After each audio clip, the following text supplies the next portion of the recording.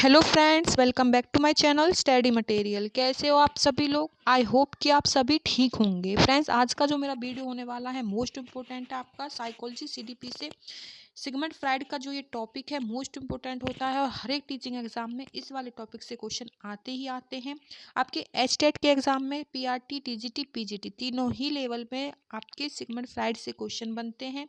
इसी के साथ जो सीटेट का एग्जाम है वहाँ भी सिगमंड फ्राइड से क्वेश्चन बनते हैं, 1 से 2 नंबर तक बन जाते हैं। और इसके साथ साथ जो अन्य टीचिंग के एग्जाम हो गए, REET, UP TET, MP TET, B TET, किसी भी अन्य अदर स्टेट का टेट हो, वहाँ पे भी सिगमंड फ्राइड का मनोविश्लेषणात्मक सिद्धांत पूछा ही जाता है। इस तरीके से करने वाले हैं कि आपका एक भी क्वेश्चन गलत नहीं होगा। आज के इस वीडियो से हमेशा के लिए आपका कंसेप्ट क्लियर हो जाएगा। आप कोई भी प्रीवियस ईयर क्वेश्चन उठा के देख लेना, सिगमंड फ्राइड से रिलेटेड आपका आप सही करने वाले हैं आज के इस वीडियो को देखने के बाद। तो चलिए शुरुआत करते हैं आज के इस टॉपिक की। सिगमंड फ्राइड, ठीक है। सिगमंड फ्राइड ने कौन सा सिद्धांत दिया था? सिगमंड फ्राइड ने दिया था मनोविश्लेषणात्मक सिद्धांत। एक क्वेश्चन तो यही बन जाता है स्टेट के एग्जाम में, तो ठीक है, जो सिद्धांत ही पूछ लिया जाता है कि सिगमंड फ्राइड ने कौन सा सिद्धांत दिया था। तो इन्होंने दिया था आपका मनोविश्लेषणात्मक सिद्धांत, ठीक है। सिगमंड फ्राइड ने कौन सा सिद्धांत दिया? मनोविश्लेषणात्मक सिद्धांत। ये चीज आपको ध्यान रखनी है।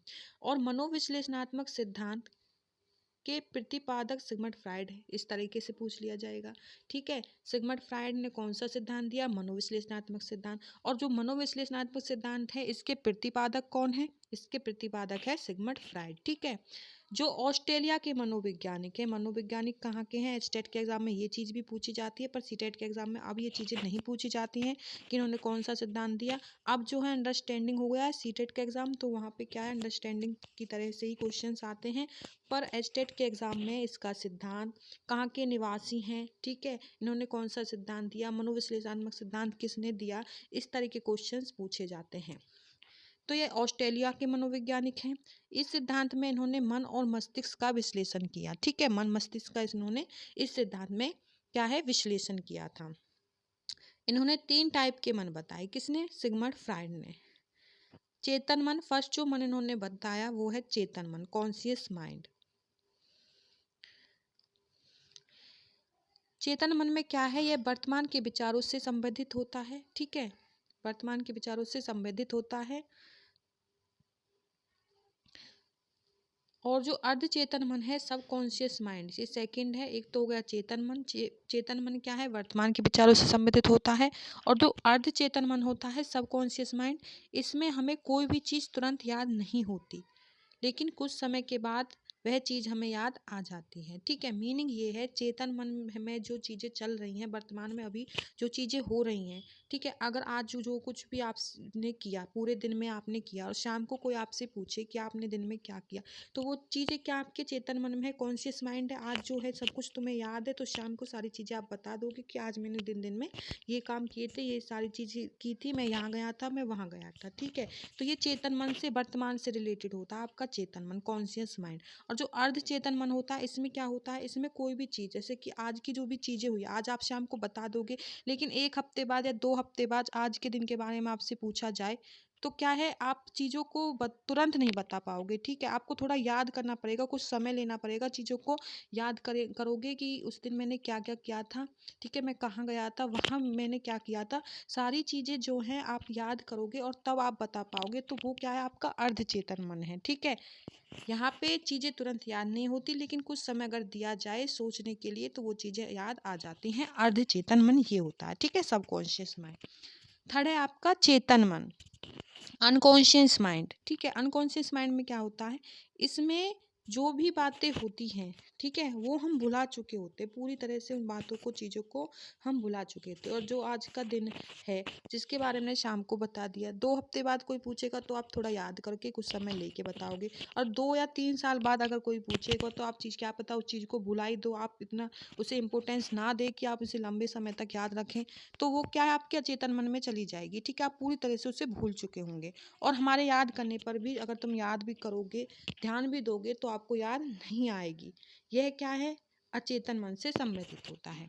तो आई होप कि आपको तीनों मन जो है क्लियर हो गए होंगे, चेतन, अर्धचेतन और अचेतन मन। ठीक है, अचेतन से ही पता चल रहा है कि भूल चुके हैं, भुला चुके हैं चीज़ों को। चेतन मन वर्तमान से संबंधित है, अर्धचेतन थोड़ा समय देने के बाद चीज़ें याद आ जाए, वो आपका अर्धचेतन है। चलिए नेक्स्ट चलते हैं। नेक्स्ट है सिगमंड फ्राइड ने व्यक्ति तत्व को 3 भागों में बांटा। ठीक है, अब जो व्यक्ति तत्व होता है व्यक्ति का, इसको भी जो है सिगमंड फ्राइड 3 भागों में बांटते हैं। सिगमंड फ्राइड ने मन को भी 3 भागों में बांटा, अचेतन मन, चेतन मन और अर्धचेतन मन। और क्या है, व्यक्ति तत्व जो होता है पर्सनैलिटी, ठीक है, व्यक्ति तत्व को पर्सनैलिटी कहते हैं। ये भी क्या है, 3 भागों में ये बांटते हैं। फर्स्ट जो होती है आपकी इड, सेकंड आपकी ईगो और थर्ड आपकी सुपर ईगो। ठीक है, मोस्ट इंपॉर्टेंट है। कितने भागों में बांटा, 3। नाम भी पूछ लिए जा सकते हैं। ठीक है, मल्टीपल चॉइस जो क्वेश्चन होते हैं वहाँ पे ये तीनों दे देंगे, और एक क्या, इनमें से कोई नहीं, ये सभी। तो इस तरीके से अगर ये सभी आ जाए तो ये तीनों ही होंगे, या फिर 2 चीज़ कुछ और दे दी जाए, एक इनमें से दे दी जाए इड ईगो सुपर ईगो में से, तो आपका राइट आंसर वो हो जाएगा। ठीक है, या फिर इनकी डेफिनेशन पूछ ली जाएगी, तो इस तरह से आप एक्सप्लेन करोगे चीज़ों को, आप पढ़ोगे, मतलब समझोगे कंसेप्ट को, और आप उसका आंसर दे दोगे। देखिए अब एक एक करके देखते हैं कि इड क्या होता है। इसमें व्यक्ति जो है सभी मूल आवश्यकताएं, शारीरिक आवश्यकताएं जैसे भूख, प्यास, सेक्स को सेटिस्फाइड करता है। ठीक है, इसमें क्या होता है, जो इड होती है आपकी इदम, इसे आप ऐसे समझिए सबसे मतलब बेकार होती है, गलत होती है इड।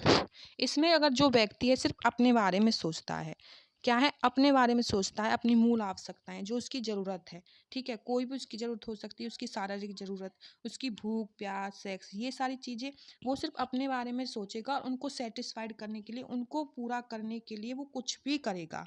उसे कुछ भी करने के लिए, उसे सामाजिक आवश्यकताओं और जो नैतिक मूल्य हैं उनकी चिंता वो नहीं करता, उसे कोई मतलब नहीं है। ठीक है, ये चीज़ें गलत हैं, सही हैं, उसे कोई मतलब नहीं है। वो सिर्फ अपनी आवश्यकताओं को पूरा करता है, चोरी करता है। ठीक है, अपने बारे में सोचता है, इसलिए ये गलत होती है। और चीज़ें भी पे वो बिल्कुल भी ध्यान नहीं देता है। यह अपनी इच्छाओं की पूर्ति पर अधिक बल देता है। ठीक है, क्या है, गलत होती है, सिर्फ अपने बारे में सोचती है, अपनी आवश्यकताओं की पूर्ति के लिए जो नैतिक मूल्य होते हैं समाज के द्वारा बनाए गए कानून के द्वारा, उनकी परवाह किए बिना सिर्फ और सिर्फ अपनी इच्छाओं की पूर्ति करता है, आपका इदम। ठीक है, इड। सेकंड हो गया आपका ईगो, मोस्ट इंपॉर्टेंट है ईगो। ईगो अहम, इसमें जो व्यक्ति है अपनी इच्छाओं और आवश्यकताओं की संतुष्टि की योजना का निर्माण करता है, और उनके परिणामों की भी चिंता करता है। मतलब कि इसमें क्या है, ये तो पूरी तरह से गलत होती है। और ईगो में क्या है, इसमें इसे आवश्यक जो इसकी आवश्यकताएं हैं, ज़रूरतें हैं, ठीक है, वो तो इसको पूरी करनी है, उनको पूरा करना है, उनको संतुष्टि करनी है, लेकिन एक प्रॉपर जो है तरीके से वो करना चाहता है, क्योंकि उसे पता है कि मैं अगर अपनी आवश्यकताओं को पूरा करते वक्त चोरी करता हूँ, तो क्या है, चोरी करने से जो है नैतिक मूल्य जो समाज के द्वारा बनाए गए हैं उनके अकॉर्डिंग चोरी करना गलत है। अगर मैं चोरी करता हूँ तो ये गैर कानूनी काम है, जिससे कि मुझे सज़ा मिलेगी। तो वो क्या है, परिणामों की भी चिंता करता है। अगर उसे चोरी ही करनी है तो वो चोरी इस तरीके से करेगा जिससे कि वो पकड़ा ना जाए, या फिर चोरी ना करके कुछ और काम करेगा। ठीक है, जिससे क्या है, उसकी आवश्यकताएं भी पूरी हों, और उसका जो है परिणामों से जो भी उसका जो परिणाम होंगे उनसे भी वो बच पाए। ठीक है, तो ये होता है आपका ईगो। ना तो मतलब ईगो ना तो इतना बुरा होता है, ना ही इतना अच्छा होता है। ठीक है, और थर्ड हो जाती है आपकी सुपर ईगो, ये सबसे अच्छी होती है। ठीक है, ये इक्वल होती है। सुपर ईगो में क्या होता है, परा अहम, इसे समझिए आप। इसमें व्यक्ति समाज द्वारा जो नैतिक सूत्र के अकॉर्डिंग कार्य करता है। इसमें क्या है, जो भी समाज के द्वारा बनाए गए जो भी नैतिक कार्य होते हैं, ठीक है, कानून के द्वारा, उनके अकॉर्डिंग कार्य करता है। जिस व्यक्ति के अंदर यह ईगो सबसे ज़्यादा होती है वह बुरे कामों से उतना ही दूर रहेगा। ठीक है, ये जो है समाज के द्वारा बनाए गए नैतिक कार्यों के अकॉर्डिंग कार्य करता है। ठीक है, जैसे जो रूल होते हैं उन रूलों को ध्यान में रखते हुए कार्य करता है। वह मतलब इसमें जो जिसमें व्यक्ति में ये ईगो होती है, ठीक है, इन सारी चीज़ों की नॉलेज होती है, तो वह बुरे कामों से उतना ही दूर रहता है। वह कभी भी चोरी, झूठ बोलना जैसे कार्य नहीं करता है। तो इसलिए ये सबसे अच्छी होती है सुपर ईगो। तो इड ईगो सुपर ईगो ये आपकी हो गई हैं। मोस्ट इम्पोर्टेंट है कि आई होप आपको समझ में आई होंगी। आपकी जो है इड होती है आपकी बहुत बुरी होती है, सुपर ईगो अच्छी होती है। ईगो अच्छी भी है और बुरी भी है, दोनों भी है। इसमें ये कार्य तो करती है, आवश्यकताओं की पूर्ति तो करती है, लेकिन परिणामों की भी चिंता करती है ईगो। सुपर ईगो में ये सारे कार्य नहीं करता है, नैतिक मूल्यों को ध्यान में रखते हुए करता है। चलिए नेक्स्ट चलते हैं। नेक्स्ट आपका मनोलैंगिक विकास। ठीक है, मनोलैंगिक विकास, इसके बारे में समझते हैं कि ये क्या है। सिगमंड फ्राइड के अनुसार मानव का जीवन पर्यंत व्यवहार अपनी आधारभूत प्रेरणा की संतुष्टि की आवश्यकताओं द्वारा अभिप्रेरित होता है और बालक के मनोलैंगिक विकास की अवस्थाएं, ठीक है, अवस्थाएं इस जीवन ऊर्जा की संतुष्टिकरण के प्रकार पर निर्भर करती हैं। मतलब कि जो सिगमंड फ्राइड है उनके अनुसार जो मानव होता है जीवन पर्यंत व्यवहार जो उसका होता है अपनी आधारभूत जो प्रेरणा की संतुष्टि की आवश्यकताओं द्वारा अभिप्रेरित होता है। ठीक है, तो और बालक के मनोलैंगिक विकास की अवस्थाएं जो होती हैं जीवन ऊर्जा के संतुष्टिकरण के प्रकार पर निर्भर करती हैं। तो सिगमंड फ्राइड के अनुसार मनोलैंगिक, ठीक है, मनोलैंगिक मनोलैंगिक मनोलैंगिक आवश्यकताओं का वर्गीकरण, ठीक है, ये भी मोस्ट इम्पोर्टेंट है। ये जो यहाँ तक तो है आपका सीटेट में तो यहीं तक क्वेश्चंस आते हैं, यहाँ से बहुत कम क्वेश्चंस पूछे जाते हैं। और जो आपके S TET, UP TET, REET जैसे एग्जाम होते हैं वहाँ पे यहाँ से भी क्वेश्चंस पूछ लिए जाते हैं, इसलिए मोस्ट इम्पोर्टेंट होता है क्योंकि वहाँ से क्वेश्चन आपके डिटेल में पूछे जाते हैं। ठीक है, टीजीटी पीजीटी में क्वेश्चन डिटेल में ही आते हैं। तो मुख्य अवस्था क्या होती है ये भी आप समझिए। ओरल स्टेज इंग्लिश में इसको बोला जाता है। बालक के विकास की यह प्रथम अवस्था होती है ओरल स्टेज। ठीक है, तो जो जन्म से 18 माह तक होती है, जन्म से इसका टाइम पीरियड भी पूछ लिया जाएगा कि मुख्य अवस्था आपकी कितने से कितने माह तक होती है। उसमें आपको 12, 13, 16, 18 माह इस तरह से दिएगा जिसका आंसर आपका 18 हो जाएगा। ठीक है, 18 माह तक होती है आपकी मुख्य अवस्था। मुख्य क्रिया इसमें हॉट जीव और सहायक अंग मुख्य भाग होते हैं। इसकी जो मुख्य क्रियाएं होती हैं ये हॉट नहीं है, ये आपका होठ है। ठीक है, होठ है ये आपका। इसमें होठ और जीभ जो है इसकी मुख्य सहायक क्रिया होती हैं मुख्य अवस्था में। उनके द्वारा क्या है, बच्चा चूसना, निगलना, दबाना, काटना आदि चीजें बालक को खुशी देती है। ठीक है, आपने देखा होगा कि बच्चे कोई चीज़ है ऐसे अंगूठा चूसते हैं इस अवस्था में तो उसको क्या है, अच्छा लगता है, खुशी होती है उसे। ठीक है, दबाना जैसे काट देते हैं, उनके दांत निकलते हैं, किसी को काट देते हैं, काटने के बाद देखो खुद ही हंसने लगते हैं। तो काटना, दबाना, ठीक है, ये सारी चीजें क्या उसे खुशी देती हैं। और इसमें जो मुख्य क्रियाएं करती हैं जीभ और उसके होठ, ठीक है, ये उसके मुख्य अंग हो जाएंगे। दांत उसके इतने नहीं होते हैं इसलिए इसमें ऐड नहीं किया है, लेकिन दांत भी हो सकता है। होठ, जीभ जो है सहायक मुख्य क्रियाएं होंगी। ठीक है, तो ये क्या है, इन बच्चे को खुशी देती हैं इस अवस्था में। मुख्य अवस्था आपकी समझ में आई। नेक्स्ट चलते हैं, नेक्स्ट अवस्था। नेक्स्ट आपकी गुदीय अवस्था। गुदीय अवस्था एनल स्टेज इसको कहा जाता है। बालक के विकास की यह अवस्था 18 महीने से 3 वर्ष तक होती है, जिसमें जीवन ऊर्जा मुक्त से गुदा क्षेत्र से में स्थानांतरित हो जाती है। इसका जो टाइम पीरियड होता है आपके, ठीक है, 0 से 18 महीने तक तो वो हो गई आपकी। अब ये 18 महीने से 3 वर्ष तक चलती है आपकी गुदी अवस्था। इसमें जो जीवन ऊर्जा होती है, ठीक है, जीवन ऊर्जा मुक्त से गुदा क्षेत्र में स्थानांतरित हो जाती है। गुदा क्षेत्र से में स्थानांतरित हो जाती है आपकी। बालक को खुशी का अनुभव मुख्य रूप से त्यागने की क्रिया उससे संबंधित क्रियाओं से होता है। मन क्या की क्रिया से उसे तनाव से मुक्ति और खुशी देती है। ठीक है, मल, ये मल है। ठीक है, मल त्याग से। तो यहाँ पे क्या कहा गया है कि इसका जो टाइम पीरियड होता है 18 महीने से 3 वर्ष होता है। इसमें जो बच्चा होता है गुदा क्षेत्र में स्थानांतरित हो जाता है। ठीक है, जीवन ऊर्जा मुक्त से गुदा क्षेत्र में स्थानांतरित हो जाता है और बालक को खुशी क्या देती है, जैसे कि मल त्याग, टॉयलेट वो करता है, लेटरिन करने के बाद क्या है वो खुशी का अनुभव करता है। तो यहाँ पे ये चीज की गई है कि गुदी अवस्था में बालक को खुशी का अनुभव मुख्य रूप से त्यागने की जो क्रिया वो करता है उससे संबंधित क्रिया होती है आपकी 18 महीने से 3 वर्ष में। तो मल क्या की मतलब मल त्याग, मल त्याग की क्रिया से उससे तनाव से मुक्ति और खुशी मिलती है गुदी अवस्था में। थर्ड है आपकी उत्तर लैंगिक अवस्था। ठीक है, फैलिक स्टेज, यह अवस्था आपकी 3 से 5 वर्ष की होती है। इसमें इसमें बालक को संतुष्टिकरण जननांगों पर केंद्रित होता है। ठीक है। शायर के अनुसार बालक अपनी माता तथा बालिका अपने पिता से अधिक प्रेम करती है। उत्तरलैंगिक अवस्था में क्या होता है ये चीज़ देखिए। इसका टाइम पीरियड आपका फर्स्ट जो है आपकी मुख्य अवस्था, उसका टाइम पीरियड तो आपको पता होगा, आपका 18 महीने तक हो गया, जन्म से 18 महीने। और उसके बाद 18 महीने से 3 वर्ष आपका गुदी अवस्था और 3 से 5 महीने तक होगी आपकी उत्तरलैंगिक अवस्था। ठीक है। टाइम पीरियड सिक्वेंस में अगर याद रखोगे तो आपको चीज़ें याद रहेंगी। ठीक है। इस अवस्था में क्या होता है, जो बालिका होती है, बालक बालिकाएं होती हैं, तो क्या है, लड़की तो जो है अपने पापा की तरफ ज़्यादा अट्रैक्ट करती है, और जो लड़का है अपनी मम्मी से अधिक प्रेम करता है। तो और वह दूसरों से इसको बांटना भी नहीं चाहता। जो लड़की होती है, ठीक है, अगर मम्मी मतलब अपने पापा से प्रेम करती है, ज़्यादा प्रेम करती है अपनी मम्मी की अपेक्षा, और वो क्या है किसी और बच्चे से उसको बांटना भी नहीं चाहती है। जो बालक है विपरीत लिंगिक अभिभावक से लगाव करता है। ठीक है। मतलब मम्मी से, और जो लड़की है अपने पापा से, मतलब विपरीत लिंगीय से जो है लगाव करता है। तो यहाँ पे कहा गया है कि अभिभावक से लगाव और सम्मान लिंगिक अभिभावक से द्वेष करता है। ठीक है। तो क्या है, विपरीत लिंगी अभिभावक से तो लगाव होता है, और जो समान लिंगिक है जैसे कि लड़की की मम्मा, उससे वो इतना प्रेम नहीं करती है, उससे क्या वो द्वेष रखती है इस अवस्था में, 3 से 5 वर्ष की अवस्था में।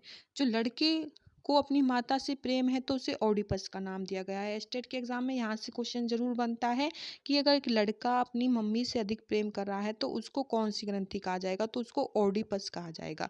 और एक लड़की अपने पापा से प्रेम करेगी तो उसको इलेक्ट्रा ग्रंथि कहा जाएगा। ठीक है। तो इस अवस्था में, उत्तर लैंगिक अवस्था में, सिर्फ यही कहा गया है कि 3 से 5 वर्ष का टाइम पीरियड हो गया है। इसमें क्या है, जो बच्चे होते हैं अपने विपरीत लिंगी अभिभावक से अधिक लगाव रखते हैं, और जो समान लिंगिक अभिभावक होते हैं उससे द्वेष रखते हैं। लड़का अपनी मम्मी से अधिक प्रेम करता है तो उसको ओडिपस, और लड़की अपने पापा से अधिक प्रेम करती है तो उसको इलेक्ट्रा ग्रंथि कहा जाता है। मोस्ट इंपोर्टेंट पॉइंट बन जाते हैं इस वाले टॉपिक से। ठीक है। नेक्स्ट चलिए, नेक्स्ट है आपका स्वयं मोह। फोर्थ है आपका स्वयं मोह। ठीक है। तो शैशव अवस्था में बालक अपने रूप पर अधिक मोहित होते हैं। ठीक है। जैसे कि नाम से भी पता चल रहा है, स्वयं मोह, स्वयं से मोह। ठीक है। स्वयं मोह अवस्था में जो बालक होता है क्या है, अपने रूप पे मोहित होता है और स्वयं से प्रेम करता है। ठीक है। अपने आप से वो प्रेम करता है। आत्मा प्रेम की भावना शायर ने स्वयं कहा है। ठीक है। यह किशोरावस्था में भी अधिक होती है। जो ये स्वयं मोह की जो है भावना, ये शेषावस्था के साथ साथ किशोरावस्था में भी अधिक होती है। ठीक है। दोनों अवस्थाओं में पाई जाती है, शेषावस्था और किशोरावस्था। कौन सी? स्वयं मोह की भावना। ठीक है। उसके बाद है फिफ्थ आपकी सुप्त अवस्था। बालक की बाप बालक की यह अवस्था, ठीक है, 5 वर्ष से यौवन आरंभ तक होती है। 5 वर्ष से स्टार्ट होकर सुप्त अवस्था आपकी क्या है, जब तक कि वो किशोर नहीं हो जाता है, जब तक ये अवस्था होती है। इसमें लैंगिकता कम महत्वपूर्ण होती है। लैंगिकता जो है कम महत्वपूर्ण होती है। यह अवस्था सामान्यतः शांत होती है। इस काल में बालक संज्ञानात्मक कौशल और सांस्कृतिक मूल्यों को ग्रहण करता हुआ अपने क्षेत्र विस्तृत करता है। ठीक है। आया समझ में? इसमें क्या है, इसका टाइम पीरियड जो होता है 5 वर्ष से स्टार्ट होकर आपका जो है किशोर होने तक चलता है, जिसमें लैंगिकता कम होती है। इस अवस्था को मतलब जो है सामान्य शांत होती है यह अवस्था। इस काल में बालक जो है संज्ञानात्मक कौशल और सांस्कृतिक जो मूल्य हैं उनको ग्रहण करता है। ठीक है। अपने समाज में जो हो रही संज्ञानात्मक कौशल उनको ग्रहण करेगा। ठीक है। सांस्कृतिक सामाजिक रूप से परिपक्व होगा, उन चीज़ों को समझेगा, अपने समाज के उन चीज़ों को क्या अपने अंदर ग्रहण करता है इस अवस्था में, 5 से लेकर आपकी किशोर होने तक, मतलब 18 वर्ष तक, और अपने क्षेत्र में वो विस्तृत हो जाता है। ठीक है। उसके बाद आपकी जननांगीय अवस्था। फिफ्थ आपकी जननांगीय अवस्था, फिफ्थ है या सिक्स्थ है? सिक्स्थ है ये। ठीक है। तो जननांगीय अवस्था आपकी सिक्स्थ होगी।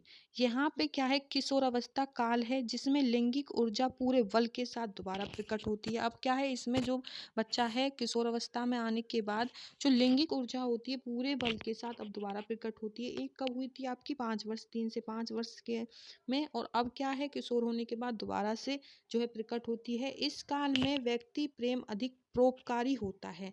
व्यक्ति को व्यक्तिगत 3 मुख्य घटकों जैसे ईद, अहम और आपका पराअहम। ठीक है, ये चीज़ मैंने आपको बता दी थी। ईद आपकी अच्छी नहीं होती है, अहम आपकी ठीक होती है, पराअहम आपकी सबसे अच्छी होती है। तो किशोर होने पर इन चीज़ों से क्या है वह मुख्य रूप से जो है गुजरता है। व्यक्ति को व्यक्तित्व के 3 मुख्य घटक ईद, अहम और पराअहम से बनता है। प्रत्येक घटक के अपने कार्य सिद्धांत और गतिशीलता होती है। यह एक दूसरे से संबंधित है। व्यक्ति का व्यवहार इन तीनों घटकों की अंतःक्रिया का परिणाम होता है। ठीक है, इन तीनों चीज़ों से वो गुजरता है और जो उसका परिणाम होता है इन तीनों चीज़ों मतलब क्रियाओं के होने के बाद ही उसका परिणाम आता है। अगर वो ईड को अपनाता है तो उससे उसका परिणाम आएगा ईड जो अच्छी नहीं होती है। अगर ईगो को अपनाता है तो उसके अकॉर्डिंग उसका परिणाम आता है। अगर परा अहम सुपर ईगो उसके अंदर देखी जाती है, पाई जाती है, तो उसके अकॉर्डिंग क्या है उसका परिणाम आता है। इन तीनों ही व्यवहार, इन तीनों ही घटकों की अंत क्रिया का क्या है परिणाम होता है। आगे देखिए, ये भी मोस्ट इम्पोर्टेंट होता है आपका ऑटिज्म। यहाँ से भी एस्टेट के एग्जाम में और यूपी टेट रीट जैसे एग्जाम में पूछ लिया जाता है क्वेश्चन, ऑटिज्म्स क्या होते हैं। ऑटिज्म जो है यह विकासात्मक विकार है, यह एक आंतरिक विकार है। ऑटिज्म को अन्य नामों से भी जाना जाता है। स्वलीनता, आत्ममोह और स्वप्रायणता ऑटिज्म के लक्षण यहाँ से समझिए। ठीक है, तो ये ऑटिज्म के बारे में पहले बता देती हूँ। यह विकासात्मक बेका मतलब होता है, यह आंतरिक विकार है, विकासात्मक विकार है। ठीक है, यह आंतरिक विकार है, विकासात्मक विकार है, आंतरिक विकार है। ऑटिज्म को अन्य नामों से भी जाना जाता है। जो अन्य नाम है आपके स्वलीनता, आत्ममोह और स्वपरायणता। यहाँ पे ऑटिज्म के लक्षण दिए हुए हैं। फर्स्ट है आपका संप्रेषण। संप्रेषण में क्या है, इनमें बच्चे में संप्रेषण की कमी होती है। इसमें अंतक्रिया करने की शक्ति नहीं होती। बच्चा कम बोलेगा, बच्चा अजीब गरीब शब्द बोलेगा, बच्चा हकलाता है, बोलते बोलते रुक जाता है। किसमें संप्रेषण नहीं कर पाता है, ऑटिज्म का फर्स्ट लक्षण है ये। इसमें जो है बच्चा संप्रेषण नहीं कर पाता है, मतलब बोल चाल नहीं कर पाता है, अपने जो भाव होते हैं, विचार होते हैं, उनको प्रकट नहीं कर पाता है। बोलता है तो बोलते बोलते रुक जाएगा, चुप हो जाएगा। देखा जाता है बहुत से बच्चे बोलते हैं, 1-2 शब्द बोलते हैं, फिर रुक जाते हैं, फिर यही भूल जाते हैं कि उनको बोलना क्या है, या फिर हकलाते हैं, अजीब गरीब बातें करते हैं। तो ये क्या है ऑटिज्म के लक्षण होते हैं। और ये जो लक्षण है आपका संप्रेषण ऑटिज्म का लक्षण होता है। ठीक है, इस तरह का।